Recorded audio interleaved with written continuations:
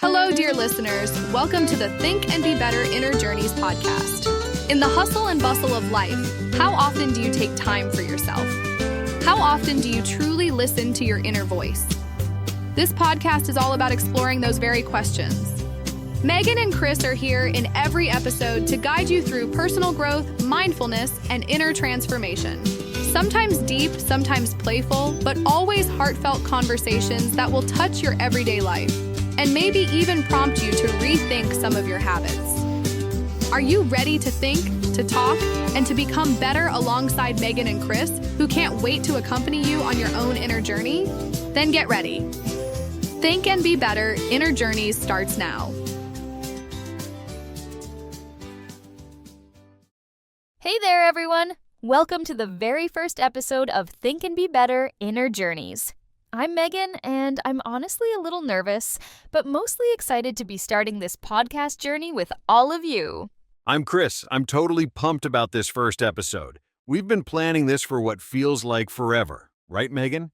Oh my gosh, yes. Months of talking about it, and here we are, finally doing it. I guess that ties perfectly into our topic today, doesn't it? It absolutely does. We're diving into something that hits really close to home for both of us. The fear of failure and why we hesitate to start new things, like this podcast, for example. Exactly. There were definitely moments when I thought, what if nobody listens? Or what if I sound ridiculous? Those little voices of doubt that try to hold us back. I had those exact same thoughts, and that's precisely why we wanted to kick off Think and Be Better with this topic. Because everyone deals with this, right? That paralyzing fear that keeps us from trying new things or pursuing our passions. And we figured, what better way to face our own fears than by talking about them on our first episode? So here we are, pushing through the discomfort and hoping you'll join us on this journey. So, Chris, let's dig deeper into this. What exactly is this fear of failure thing? I mean, I know how it feels, but I'm curious about what's actually happening in our brains when we experience it. That's a great question, Megan. Fear of failure is basically this intense worry about not meeting expectations or not achieving desired outcomes. It's that nagging feeling, that little voice saying, "Don't even try because you might mess up." Oh, I know that voice all too well, especially when starting this podcast. Exactly. And it affects so many people because our brains are actually wired to avoid pain and discomfort. From an evolutionary perspective, failure meant potential danger. So our minds are trying to protect us, even though the stakes aren't usually life or death anymore.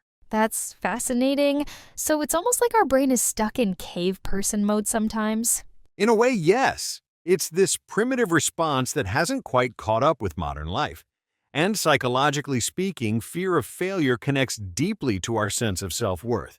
We tend to equate what we do with who we are. I've definitely felt that before. Like, if I fail at something, it means I am a failure. Not just that I attempted something challenging. Absolutely. And that's where it gets really tricky.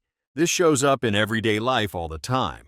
Like when someone puts off starting a business they're passionate about, or doesn't apply for a promotion they deserve. Or even smaller things like not trying a new recipe because it might not turn out perfect. Or not starting a podcast for months, even though you've bought all the equipment. Exactly. And what's really interesting is how it manifests differently for different people. Some become perfectionists, obsessing over every detail to avoid any possibility of failure. Others procrastinate endlessly, and some just completely avoid situations where they might fail. So basically, we're all walking around with these invisible barriers we've created for ourselves. That's a perfect way to put it, Megan. And the most challenging part is that these barriers feel so real, even though they're largely constructed in our minds based on past experiences or even imagined future scenarios that might never happen. So, speaking of barriers, I'm really curious about how we can actually identify when fear of failure is holding us back. What are some common signs that people might recognize in themselves? You know, Chris, we're sitting here talking about fear of failure, and I can't help but think about this exact moment right now. I mean, this is officially our first episode of Think and Be Better Inner Journeys, and I was absolutely terrified to start. Oh my goodness, yes! I remember when you first texted me about doing this podcast together. I was so excited but also completely paralyzed with fear. I think I waited, what, 3 days before responding to you? 3 days? It felt like 3 weeks. I was convinced you hated the idea. Not at all. I was just overthinking every possible way this could go wrong. Like, what if nobody listens? What if our content isn't valuable enough? What if I sound ridiculous? All those thoughts were swirling around. Oh, I had the exact same fears. And then there was the technical stuff. I spent weeks researching microphones and editing software instead of actually recording anything. Classic procrastination, right? Absolutely classic. And for me, this isn't even the first time. I remember when I wanted to start teaching yoga last year. I kept telling myself I needed just one more certification, one more workshop, just a little bit more knowledge before I could possibly begin. How long did that delay you? Almost a year. A whole year of not doing something I really wanted to do because I was terrified of not being the perfect yoga instructor right from day one. I've done similar things with my writing. I have this novel that's been almost ready to share for about 3 years now. Every time someone asks to read it, my stomach just drops. It's this intense feeling of exposure, I guess, like I'm about to be judged. That's exactly it. There's this vulnerability in putting yourself out there. I think what's really happening is that we connect our output with our value as people. Like if the podcast fails, then somehow we are failures. That's so true. And the funny thing is, now that we've actually started recording, those fears seem not smaller exactly, but more manageable. They're still there in the background. They absolutely are. I still feel nervous, but there's also this excitement that's stronger than the fear. And honestly, just acknowledging that we're both feeling this way makes it easier to push through it. So how do we actually get past this fear, Chris? Is there a way to reframe how we think about failure? That's exactly it, Megan. The key is completely shifting our perspective on what failure actually is. We've been conditioned to see failure as this terrible endpoint, but really, it's just part of the learning process. So instead of seeing failure as the opposite of success, We need to see it as a stepping stone to success. Think about it. Every single successful person has failed countless times. The difference is they didn't let those failures define them or stop them. I love that. On Think and Be Better, Inner Journeys, we're all about those perspective shifts. What are some practical ways people can start reframing failure? Well, first, I think we need to change our language around it. Instead of saying, I failed, try saying, I learned. Like when we mess up something in this podcast, we're not failing at podcasting. We're learning how to be better podcasters. Oh, that's a subtle but powerful shift. So it's about the narrative we tell ourselves? Exactly. Our brains are storytelling machines. Another technique is to practice what psychologists call cognitive reframing, basically taking a negative thought and intentionally viewing it through a more constructive lens. Can you give an example of that? Sure. So instead of thinking, if I apply for this job and don't get it, I'll be devastated, you reframe it as, if I apply for this job and don't get it, I'll gain interview experience and feedback for next time. It's the same situation but with a completely different emotional impact. I can see how that would help with the anxiety beforehand, too. Absolutely. Another powerful mindset shift is adopting a growth mindset, which was popularized by Carol Dweck. It's this idea that our abilities aren't fixed. They can be developed through dedication and hard work. So instead of thinking, I'm not good at this, you'd think, I'm not good at this. Yet. That little word makes all the difference. It acknowledges where you are now while leaving room for growth and improvement. these are fantastic techniques, Chris. I'm definitely going to try that language shift. I've caught myself saying I failed at so many things. One last thing that really helps me is remembering that discomfort is where growth happens. If you're always comfortable, you're probably not learning or expanding. Those butterflies in your stomach? That's just a sign you're doing something meaningful. That's such a beautiful way to look at it. So those nervous feelings we had before starting this podcast were actually good signs. Exactly. They were telling us we care about this project. And now look at us. We're doing it despite the fear. Now, let's get practical, Chris. What specific actions can people take to actually push through this fear of failure? I mean, the mindset shifts are great, but how do we take that first step? That's really the hardest part, isn't it? The first step I always recommend is to break things down into absolutely tiny steps. And I mean really small. How small are we talking? So small that it would feel silly not to do it. If you want to write a book, don't start with write chapter 1. Start with write one sentence. If you're afraid of public speaking, don't commit to a TED Talk. Just record yourself talking for 30 seconds. I love that approach. It's like tricking your brain into not activating that fear response. Exactly. The second actionable step is to create what I call a failure-friendly environment.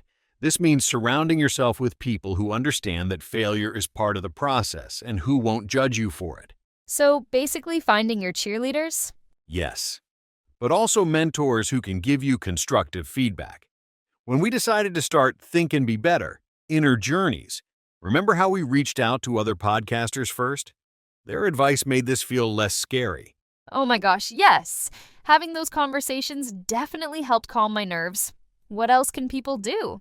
Another powerful technique is tracking and celebrating your attempts, not just your successes. Most people only celebrate when they hit their goal, but there's so much value in acknowledging every time you try. So, I should celebrate the fact that I showed up today for our first episode, regardless of how it turns out? Absolutely. Set up a system where you track your efforts. Maybe it's a journal entry, or stars on a calendar, or telling a friend. The point is to recognize that the attempt itself is a win. That reminds me of something I read about how we should praise kids for their effort, rather than their natural abilities. Yes, that's the growth mindset in action. And here's something else that's really practical. Create a failure resume where you actually document your failures and what you learned from them. A failure resume? That sounds counterintuitive but fascinating. It's incredibly powerful because it shows you how resilient you actually are. Looking back at my own failure resume, I can see that what felt catastrophic in the moment often led to unexpected opportunities. These are such tangible steps people can take. Any final advice for our listeners who might be paralyzed by fear right now? Remember that discomfort is temporary, but regret can last forever. Ask yourself, what's the worst that could happen? And then, could I handle that? The answer is almost always yes. We're much more resilient than we give ourselves credit for. Well, Chris, we've covered so much ground today about fear of failure. I think if I had to summarize what we've talked about, it's that failure isn't this terrible monster we make it out to be. Right. I think the biggest takeaway is that reframing our relationship with failure completely changes how we approach new challenges. It's not about never failing. It's about seeing failure as feedback rather than a reflection of our worth. I love that. And using those small steps to build momentum instead of trying to take these giant leaps that terrify us. Exactly. And remember, everyone listening, tracking your attempts, not just your successes, creates this visible record of your courage. That's what really matters. You know, it feels appropriate that our first episode of Think and Be Better, Inner Journeys, was about overcoming the fear of starting something new, since we just did exactly that with this podcast. It feels very meta, doesn't it? We're living what we're preaching. And I have to say, despite all the nerves, I'm so glad we took this leap together. Me too. And to everyone who tuned in for our very first episode, thank you so much. We're just getting started on this journey, and we'd love for you to join us. In upcoming episodes, we'll be exploring topics like building meaningful habits, managing overwhelm, and finding purpose in everyday life. All those inner journeys that help us grow. So please follow, subscribe, or however you keep track of your favorite podcasts. And remember, the simple act of starting something new like we did with this podcast, that's already a win. Absolutely. Until next time, keep thinking and be better.